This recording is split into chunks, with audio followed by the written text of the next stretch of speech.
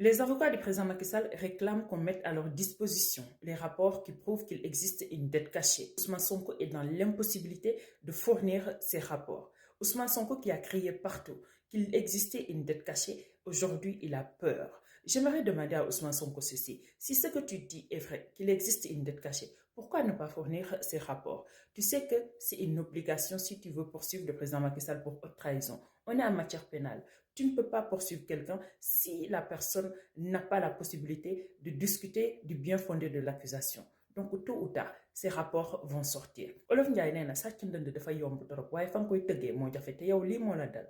Oui, Ousmane Sonko, tu as une mauvaise habitude. C'est cette capacité de porter atteinte à l'intégrité morale, la probité morale du président Macky Sall et de toutes les autres personnes que tu estimes être un frein pour ton avancée politique. À chaque fois qu'on te demande maintenant de prouver ce que tu dis devant la justice comme devant les citoyens, tu n'as aucune preuve. Tu es toujours dans l'incapacité absolue de prouver ce que tu avances. C'est pourquoi la justice t'a condamné pour diffamation et la justice continuera à te condamner. Parce que tu es une personne qui avance des choses sans preuve. Je vais demander aux avocats du président Macky Sall de pousser très loin parce qu'il est inadmissible que Ousmane Sonko pense que accuser quelqu'un, c'est un jeu. Il faut le poursuivre en justice s'il refuse de vous fournir ces rapports. Si les institutions compétentes du Sénégal refusent de vous fournir ces rapports où on parle de dettes cachées, allez-y plus loin. Il faut poursuivre en justice la directrice générale du FMI, Christina Georgieva. Je sais qu'elle dispose d'une certaine immunité compte tenu